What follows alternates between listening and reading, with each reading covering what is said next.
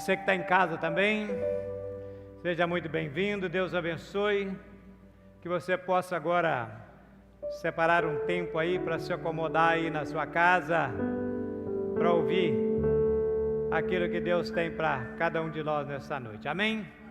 Muito bem, a palavra do Senhor para nós nessa noite está nesse texto aí, pode saltar aí.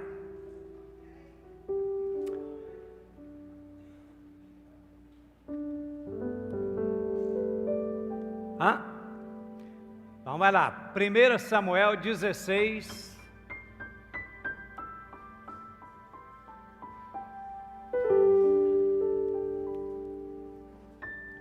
primeiro livro de Samuel 16,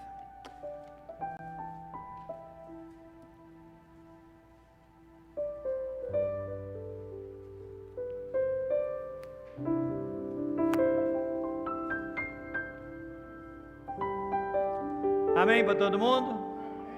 Nós vamos ler apenas o verso 1. Depois você deixa a sua Bíblia aberta que nós faremos referência a alguns outros textos. Então disse o Senhor a Samuel: até quando terás dó de Saul, havendo eu rejeitado, para que não reine sobre Israel?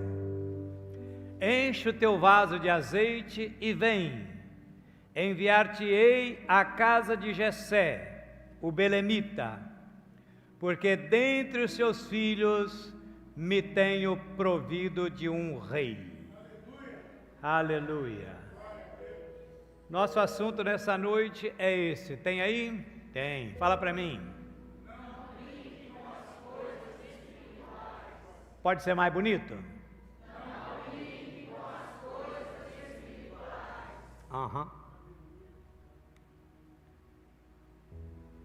Então disse o Senhor a Samuel: até quando terás dó de Saul, havendo eu o rejeitado? Queridos, coisa triste é ser rejeitado. Eu já ouvi de filhos dizer: olha, eu sou um filho que fui rejeitado pelos meus pais. E olha, vou dizer para você, esse é um trauma, uma situação que dificilmente a pessoa tira isso da vida dela. Já ouvi também de pessoas dizer: olha, da minha família ninguém gosta de mim, eu me sinto rejeitado. Há outros que às vezes se sentem rejeitados no trabalho, na escola. Verdade é que ser rejeitado é uma coisa muito triste. Agora imagine ser rejeitado por Deus. Eu confesso que isso tem me trazido uma certa inquietação. Por isso está aí o assunto e o título dessa noite. Porque a semelhança de Saul, que nós vamos ver depois, muitos têm brincado com Deus, brincado com as coisas espirituais, razão essa pela qual o Senhor também os tem rejeitado. Pastor, mas Deus é amor, Deus é bondade, Deus é misericórdia, Deus é perdão. Mas Deus também é justiça. Você não pode brincar com Deus. E na segunda parte do versículo ele diz assim: eu já encontrei o rei que eu quero. É só ir à casa de Jessé com a vasilha de azeite, entre um dos filhos dele, eu já encontrei o rei que eu quero. Deixa eu falar uma coisa para você, querido. Deus nunca fica sem representante. Você pode repetir o que eu falei? Se alguém achar que vai deixar Deus em crise, Deus em depressão, por sua causa, está enganado. Porque tem gente que acha que ele é a última Coca-Cola do deserto, a última bolacha do pacote. Deus não fica sem representante. Deus não fica em situação de sufoco, Deus não fica em situação de desespero. É bem verdade que nós podemos ser a realização ou a frustração dos planos de Deus, dos planos que Ele estabeleceu para nós. Deus não vai forçar você, Deus não vai forçar ninguém a fazer nada para Ele. Entretanto, as coisas de Deus, querido, elas são sérias. Ou seja, se você propõe a fazer algo para Deus, se você declara ser um servo de Deus, trate de levar Deus a sério. Paulo diz assim: não vos deixe enganar, porque tudo que o homem semear, isso também ceifará. Deus é um Espírito eterno, santo, poderoso, Ele está acima de todas as coisas, acima de tudo, e Ele tem o controle de todas as coisas. O Deus a quem servimos, querido, Ele não age por capricho de ninguém. Deus não faz continência para ninguém. Deus não toca trombeta para ninguém. Deus não estende tapete para ninguém. O Deus que nós servimos é um Deus incomensurável. A Bíblia diz que Ele tem as águas na concha das suas mãos. A Bíblia diz que as nuvens são o pó dos seus pés. A terra é o estrado, ou seja, é o apoio dos seus pés. Diz que os céus Ele mede a palmo e os montes Ele pesa em balança. Aleluia! Esse é o meu Deus, esse é o seu Deus e Ele merece aplauso por isso. Aleluia! Aleluia! Jó no capítulo 42, verso 2, e diz então que nenhum dos seus planos podem ser frustrados. Aleluia!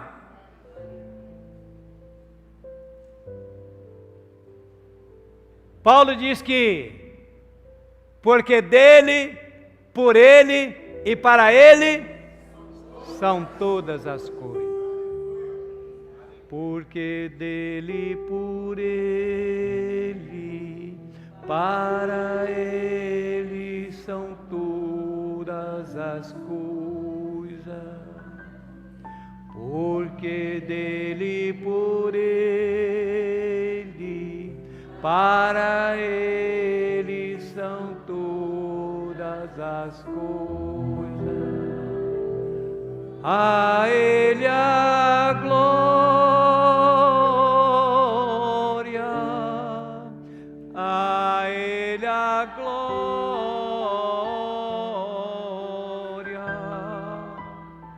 a ele a glória,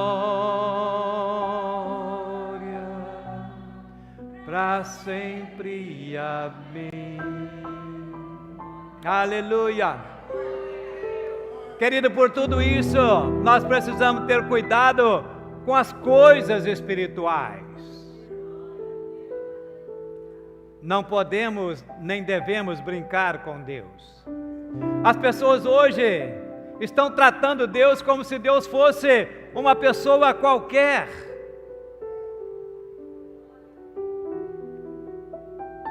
Se Deus quiser o meu louvor, terá que ser do meu jeito.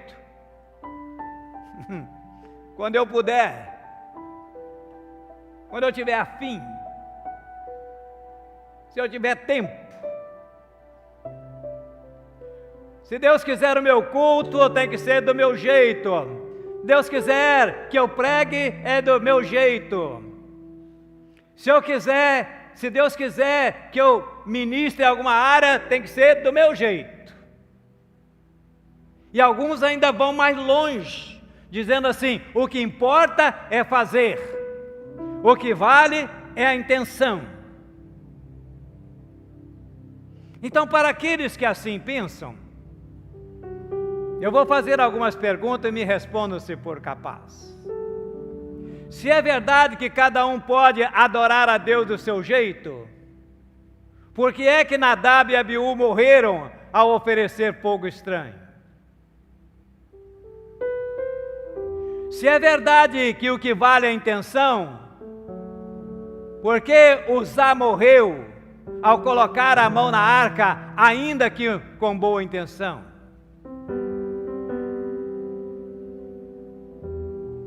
Se é verdade que o importa é fazer a obra do jeito que eu quero, por que Deus reprovou a Saul por oferecer sacrifício no lugar do sacerdote?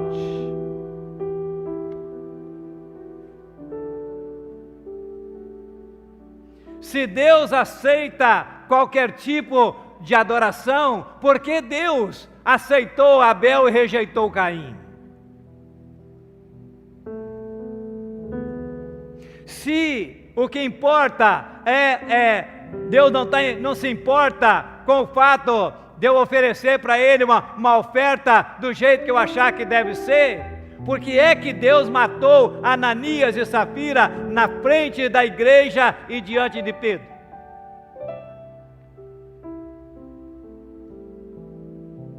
Se o culto pode ser de qualquer jeito, por que Paulo exorta a igreja de Corinto a que façam as coisas com decência e ordem?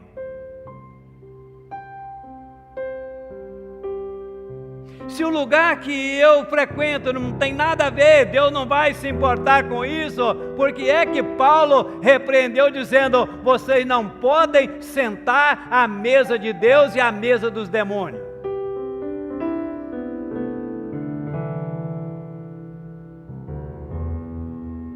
Se vale qualquer coisa importante a fazer, por que é que Deus não permitiu que Lúcifer continuasse entre os querubins, sendo regente do coro celestial? Não, querido, não. Cuidado com as coisas espirituais, porque as coisas espirituais não se desenvolvem do nosso jeito. As coisas espirituais se desenvolvem do jeito de Deus.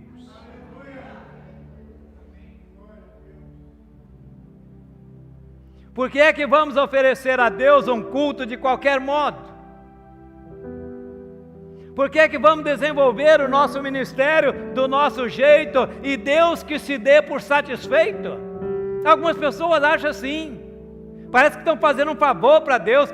Deus deve estar muito satisfeito, então Ele que se dê satisfeito, porque hoje eu fui na igreja, porque hoje eu posso, hoje eu vou tocar, hoje eu vou cantar, hoje eu vou pregar. Malaquias, profeta Malaquias, relata algo que a gente devia pensar sério nisso. Ele disse assim: olha, quando você vai presentear, levar um presente para o governador, porque, em primeiro lugar, o povo estava ofertando a Deus, levando animais para o sacrifício, animais doentes, aleijados, dilacerados pelas feras, eram aqueles que deixavam bom e ofereciam aqueles a Deus. E Deus diz assim: olha, pegue um animal desse aí e vai lá e oferece ao governador, ao presidente, vê se ele vai aceitar, ou se você tem coragem de ir lá fazer isso. Agora, para mim, pode?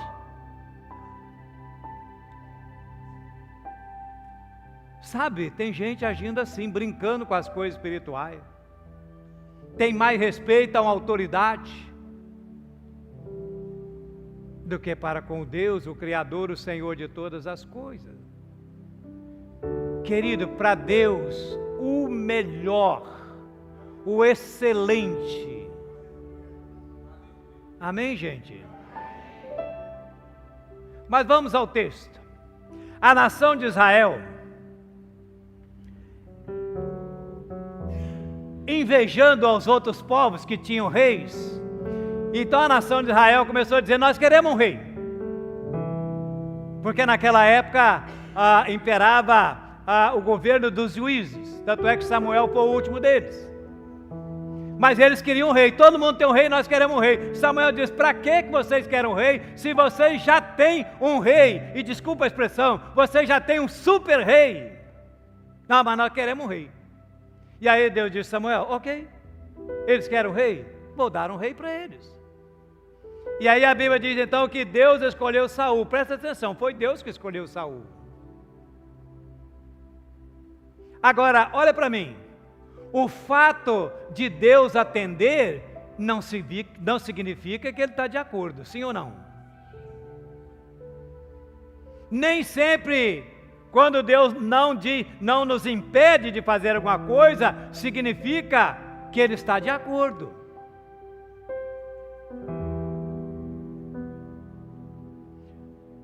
E Saul, então, ao longo do seu reinado, ele cometeu muitos erros.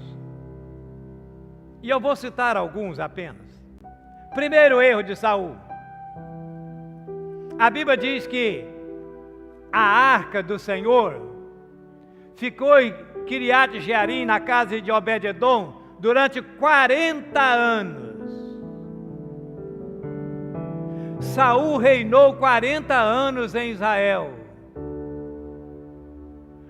O que é que tem a ver isso? O que é que tem a ver? A arca representava o quê?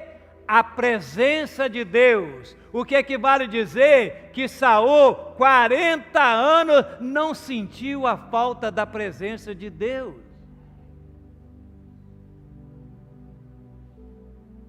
Querido, triste de um povo, triste de um pastor, triste de um líder, que o coração não arde pela presença de Deus.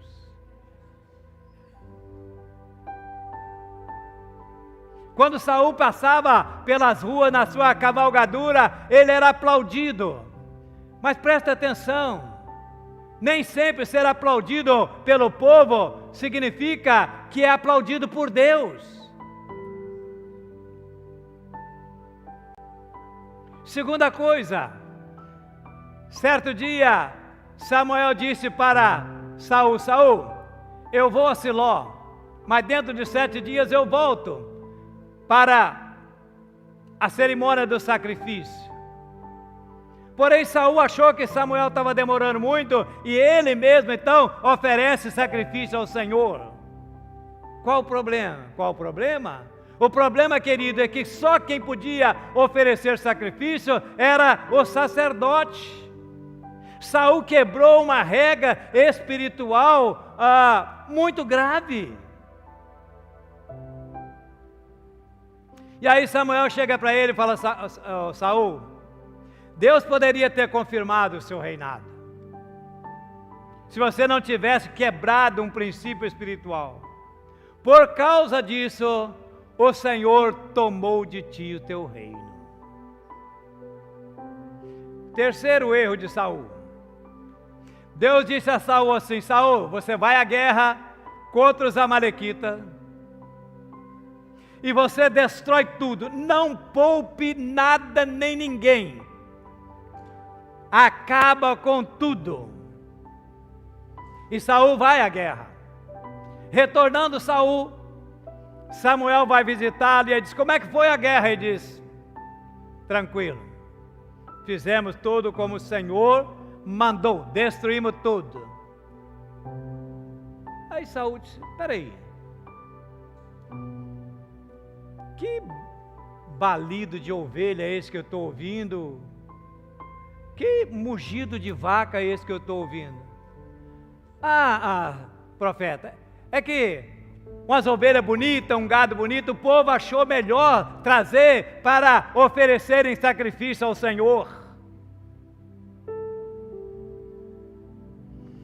Querido, Samuel vai dar uma resposta para Saul.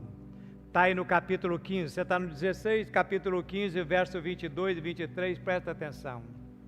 Disse, porém, Samuel a Saul: tem porventura o Senhor tanto prazer em holocausto, em sacrifício, como que se obedeça à palavra do Senhor?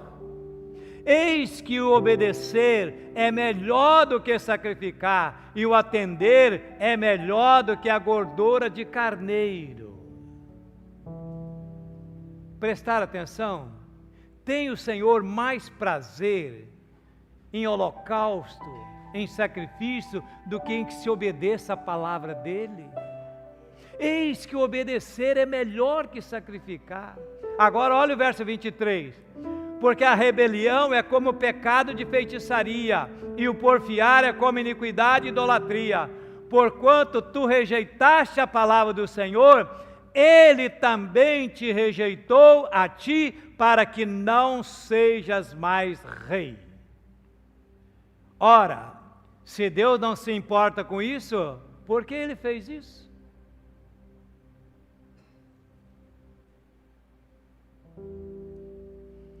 E aí na última parte do versículo que nós lemos, Samuel 16:1, diz assim: até quando, Samuel? Samuel, eu já te disse, eu não quero mais Saul como rei. Até quando você vai ter dó de Saul? Samuel, eu já te disse, enche o teu vaso de azeite. Algumas versões dizem o teu chifre, que era um depósitozinho de azeite. Vá até a casa de Jessé, porque lá na casa de Jessé eu já encontrei o rei que eu quero. Querido, eu acho isso lindo, quando Deus diz assim: eu já encontrei o rei que eu quero. Você pode imaginar milhares de pessoas, Deus apontou o dedo para Davi e disse assim: esse é o rei que eu quero. Sabe, querido, Deus olhando para esses mais de 7 bilhões de seres humanos na terra, Deus pode olhar e apontar o dedo para mim e para você, dizendo assim: eu já encontrei o adorador que eu quero. Deus olhando para você pode dizer assim: eu já encontrei o crente que eu quero. Eu já encontrei o instrumentista que eu quero. Eu já encontrei o professor que eu quero. Eu já encontrei o pregador que eu quero. Eu já encontrei o pastor que eu quero. Eu já encontrei o empresário que eu quero. Eu já encontrei o empregado que eu quero. Eu já encontrei o médico que eu quero, o advogado que eu quero. Deus pode apontar o dedo para nós e dizer isso.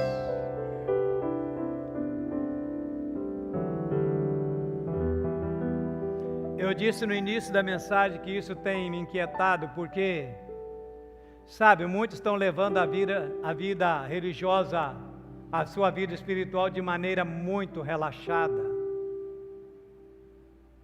de maneira muito irresponsável. E há um alerta do Senhor, através do profeta Jeremias, dizendo: maldito aquele que faz a obra do Senhor relaxadamente. Não brinque com as coisas espirituais. Quando Deus diz a Samuel: vá à casa de Davi, enche o teu vaso de azeite, era para ungir um rei. Querido, o azeite, eu e você também sabemos que é um dos símbolos do Espírito Santo. Ungir com azeite. O azeite simboliza a unção do Espírito Santo. Jesus conta para nós uma parábola das 10 virgens, todos nós conhecemos. E aí Jesus diz então que, na parábola dessas 10 virgens, que é um retrato da igreja, diz que 5 tinham azeite e 5 não tinham, dando a entender que tem gente que está dentro da igreja, mas não está na presença de Deus, não tem a unção do Espírito. 5 entraram e 5 ficaram de fora, dando a entender que tem muita gente dentro da igreja, mas que vão ficar de fora. 5 estavam vigilantes e 5 dormiram, dando a entender, querido, que tem muita gente dentro da igreja que estão dormindo.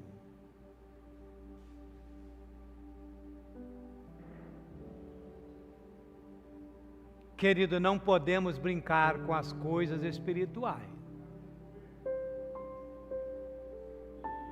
Abra sua Bíblia, Isaías capítulo 5. Todos abram, por favor. Isaías 5.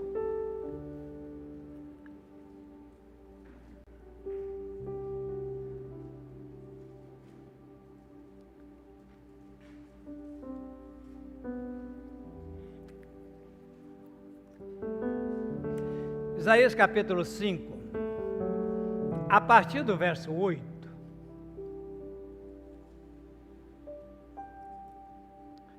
nós vamos encontrar aí uma série de ais, ou seja, Deus lamenta por aqueles que serão visitados pelo seu juízo. Isaías capítulo 5, vamos começar então. Primeiro ai está no verso 8. Ai dos que ajuntam casa mais casa, propriedade mais propriedade, até que não haja mais lugar, e fique como o único morador no meio da terra. Querida, aqui o Senhor está falando daqueles que esquecem de Deus e focam apenas nas coisas materiais, que quer acrescentar o seu patrimônio cada vez mais casa, terreno mais terreno, dinheiro mais dinheiro, etc, etc. Querem dominar, porque poder para eles significa ter. Sabe, e quando você lê a palavra do Senhor, você sempre tem que deixar o Espírito falar e trazer a sua imaginação. E eu fico pensando que até mesmo o cristianismo está incluído, querido, nesse contexto. Parece que o cristianismo se tornou um artigo barato, parece liquidação de final de feira. A fé está sendo comercializada, a Bíblia está sendo mercantilizada, a sã doutrina. E a culpa é daqueles, querido, que ocupam o lugar no altar para apresentar o Evangelho. Deixamos de ser profeta e nos tornamos executivos da fé. Deixamos de ser pregadores do Evangelho e nos tornamos vendedores de um produto. Alguém diz que a igreja virou uma pizzaria. O púlpito virou um balcão. O pastor virou um entregador de pizza e Deus é o pizzaiolo. Ou seja, eu vou à igreja, vou buscar a fatia que eu quero, a que eu gosto. Calabresa, napolitana, portuguesa e etc. Cada um vem buscar na igreja e pega a fatia que lhe agrada, paga a conta e vai embora. Ou seja, eu entrego o dízimo, eu faço a minha oferta, não por um ato de adoração, mas pela fatia que eu comi. E eu vou embora, não me comprometo, não me importa com quem vai lavar os pratos.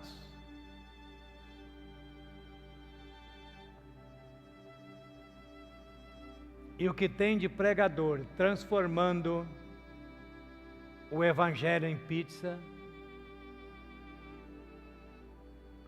Ai daqueles que enriquecem de maneira leviana em meu nome.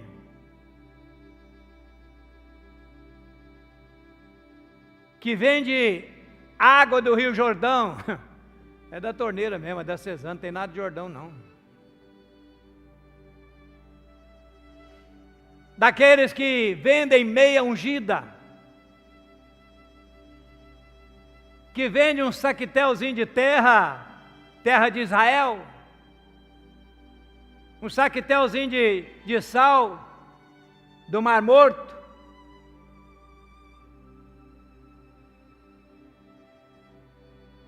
Vassoura ungida para varrer os demônios de dentro de casa. Pelo amor de Deus, gente. Demônio não sai com vassoura, sai com oração, jejum e pelo poder do nome de Jesus.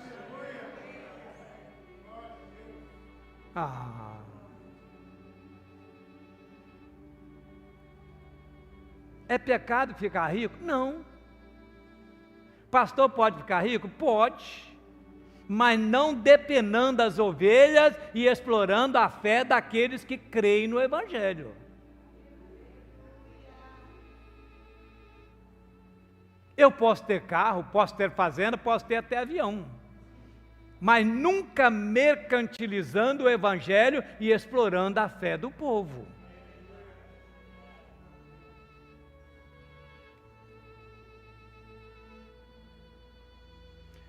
Segundo ai, verso 11. Ai dos que levantam pela manhã e seguem a bebedice e se demoram até a noite, até que o vinho esquenta. Esse ai é contra aqueles que vivem pelo prazer. O que importa para eles é estar satisfeito, é viver bem e o resto que se dane. Querida, a Bíblia não condena a festa, a Bíblia não condena o churrasco, a Bíblia não condena a alegria, o prazer, pelo contrário, a Bíblia até diz que nós devemos ser alegres, nós devemos sentir prazer nas coisas. O problema é quando a presença de Deus é ignorada. Sabe, ainda hoje conversando com a minha esposa, ela estava preparando a lição para as crianças lá em cima, ia falar sobre Noé e a arca, e ela ficou pensando assim, mas eu fico pensando que quando abriu-se a porta da arca, eu fico imaginando, né, que os pássaros voaram rápido, aqueles, né, tipo assim, um cabrito, o outro deve ter saído mais por cima dos outros, né, cada um, né, aquela confusão toda. Mas queria dar um detalhe interessante, que quando Noé sai da arca, a Bíblia diz que ele reúne a família, que ele faz um altar e ele presta um culto a Deus, um sacrifício a Deus. Eu acho que se fosse um de nós saindo dali dentro, a gente agora não fazer um churrasco.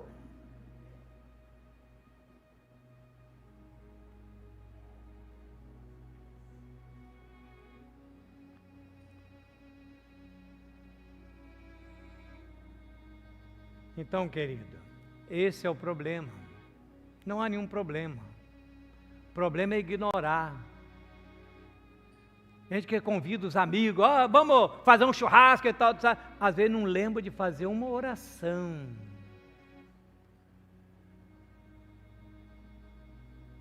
Mais um ai, verso 18.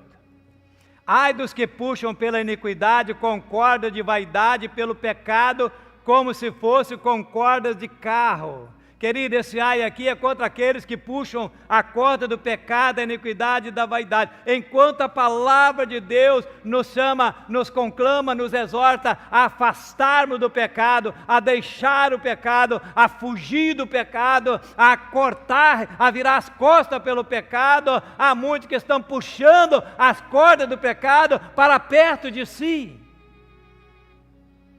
E Deus está dizendo, ai deles.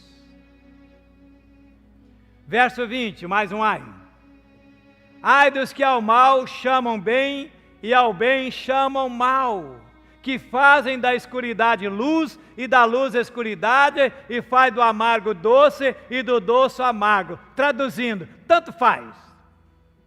Todo mundo faz. Nada a ver. Esse é o pecado aqui. Esse é o ai contra aqueles que pervertem, que confundem as coisas, principalmente quanto à ética e à moral. Ai daqueles que preferem as doutrinas errôneas e falsas ao verdadeiro evangelho, e é o que nós mais estamos vendo hoje, querido.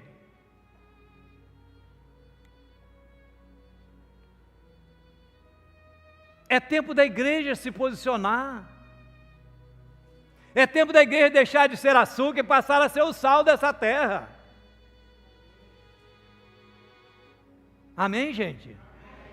É tempo da igreja deixar de ser treva para se tornar luz. Amém também? É tempo da igreja deixar de ser mundana e se tornar santa. Amém também?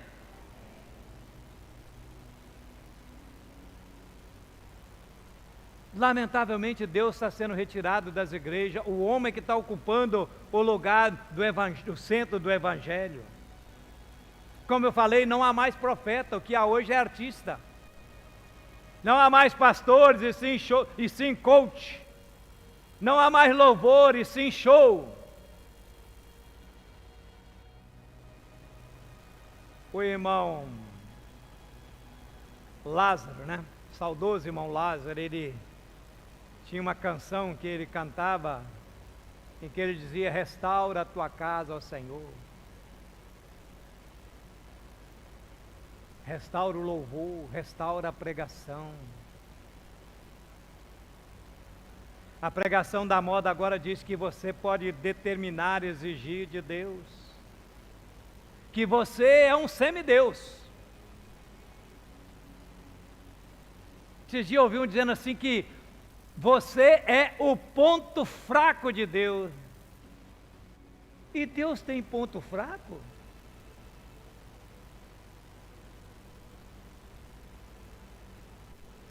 Mais um ai, verso 21.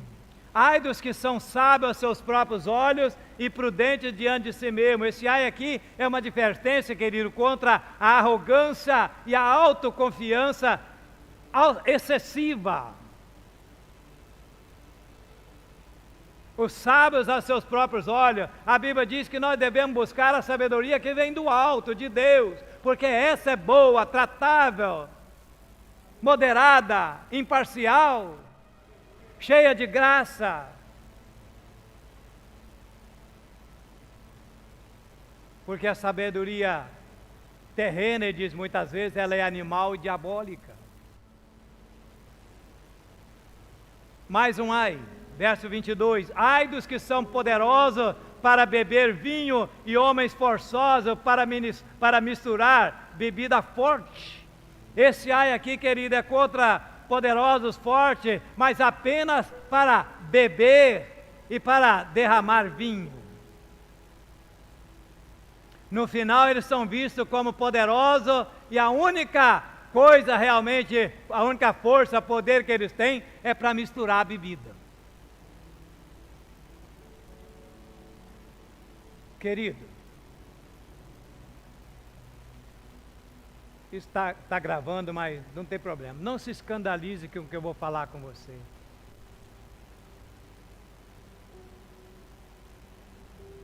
Existem pessoas que antes de subir no altar, para cantar, para pregar, para tocar, para ministrar, muitas vezes antes disso, dão uma boa cheirada ou tomam uma boa dose de uísque.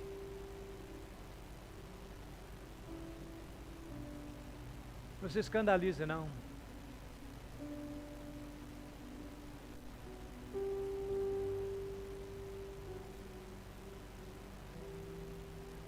Mais um ai, 23, verso 23. Ai dos que justificam o ímpio por presentes e ao justo negam justiça. Esse último ai refere àqueles que têm a responsabilidade de ministrar a justiça, mas se deixam corromper. Querido, não existe imagem mais triste do que aqueles que têm a responsabilidade de ministrar, de fazer justiça, se deixam influenciar por pressão ou pelo suborno.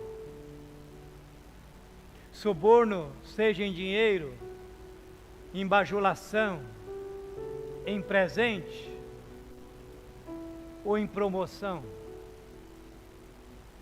Ai dos que justificam o ímpio por presentes e ao justo negam justiça. E mais triste ainda, querido, é quando aqueles que são verdadeiramente justos têm as suas reputações e os seus direitos tirados por falsas acusações e enganos.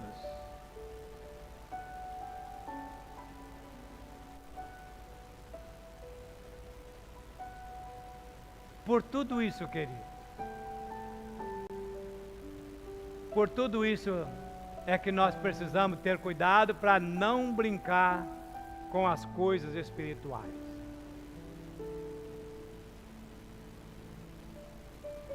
Devagarzinho, para ele não achar ruim, dá uma cutucada no seu irmão e fala: não brinque com as coisas espirituais.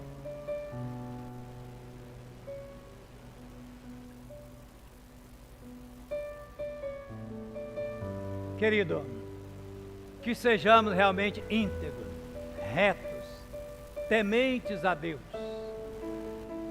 Que não sejamos rejeitados ou reprovados como Saul, mas que sejamos aceitos e aprovados por Deus. O salmista diz lá no Salmo 1: bem-aventurado, feliz é o varão que não anda segundo o conselho dos ímpios, que não se detém no caminho dos pecadores, que não se assenta na roda dos escarnecedores. Antes tem o seu prazer na lei do Senhor, e nela medita dia e noite. Amém? Você foi abençoado com essa palavra? Amém? Glória a Deus. Muito bem. Amado, nós estamos recebendo aqui um pessoal bonito aqui na igreja. Antes de nós orarmos, né? Então eu queria chamar aqui à frente, né? Eu quero que venha pela ordem, que é para o povo saber. Washington, vem cá, Washington. E também a Thaís, que é a esposa, não é isso? Isso. Eu também confundo, gente. Né? Pode vir, Washington. Cadê o Pedro? O Pedro veio? Isso, o Pedro. O Pedro é filho, né? Aí, eu estou falando, já estou começando a entender. Cadê o Marcelo? Está aí? O Marcelo que não veio e nem a Scarlett. A Scarlett está. Então vem, Scarlett. O Leandro não veio. Hã? Não, né? E a Amanda, tá aí? Tá. O Leandro é marido da Amanda, né? Amanda que é a mãe da Isabela. Glória a Deus. Muito bem. Quem que chegou lá depois? Mas não é do pessoal não, né? Quem que tá faltando aqui? Marcelo, Leandro, Samanta e Thaís. Hã? Também vão vir. Então, eita glória, hein? Como é que a gente fala para eles, igreja? Vamos dar uma salva de palmas para eles? Amém? Meus irmãos, sejam muito bem-vindos. Deus abençoe. Que essa igreja seja bênção para vocês e que vocês sejam bênção para nós. Ó, igreja, vamos receber bem esse povo bacana aí, né? Glória a Deus, né? Amém? Muito bem. Tem algum aviso aí, Márcio? Não, né? Então, querido, vamos nos colocar em pé e nós vamos estar orando, pedindo a bênção do Senhor. Que Deus possa estar abençoando vocês, dando uma semana abençoada, amém? Deus possa dar uma noite abençoada e nós vamos estar orando. Pai, obrigado, Deus querido, muito obrigado, ó Pai, por esses momentos agradáveis que nós aqui passamos. Obrigado, meu Deus e meu Pai, pela Tua palavra, Senhor.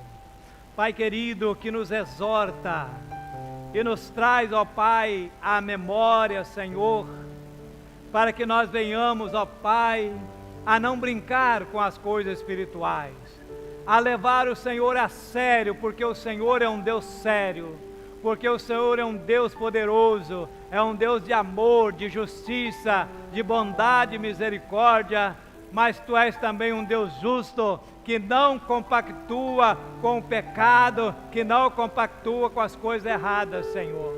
Pai, Tua palavra diz que os Teus ouvidos estão sempre abertos, atentos, para ouvir o nosso clamor, a nossa oração. Tua palavra diz, ó Pai, que as Tuas mãos estão sempre estendidas para nos abençoar, mas que as nossas iniquidades, os nossos pecados, é que fazem separação entre nós e o Senhor. Então, Pai, que nós saiamos daqui, ó Pai, com esse firme propósito, ó Pai, de levarmos o Senhor a sério, de tratar as coisas espirituais com seriedade, a sermos santos, ó Pai, porque o Senhor é santo e requer que aqueles que se dizem Teus filhos sejam também santos, ó Pai. Deus querido, eu oro agradecido ao Pai por esses amados e queridos irmãos que estão chegando para a Tua igreja. Deus, que eles sejam bênção para nós e principalmente para o Senhor, e que nós também o sejamos bênção para eles e para o Senhor, Pai. Deus, leva-nos agora em paz aos nossos lares, dá-nos uma noite abençoada, dá-nos uma semana de bênção, e que a graça salvadora do Teu Filho, o Teu grande e infinito amor, a comunhão e consolação do Teu Espírito, seja com todos nós, com toda a igreja do Senhor na face da terra, hoje para todos sempre. Amém, amém e amém. Não pode ir embora sem dar 4 abraços.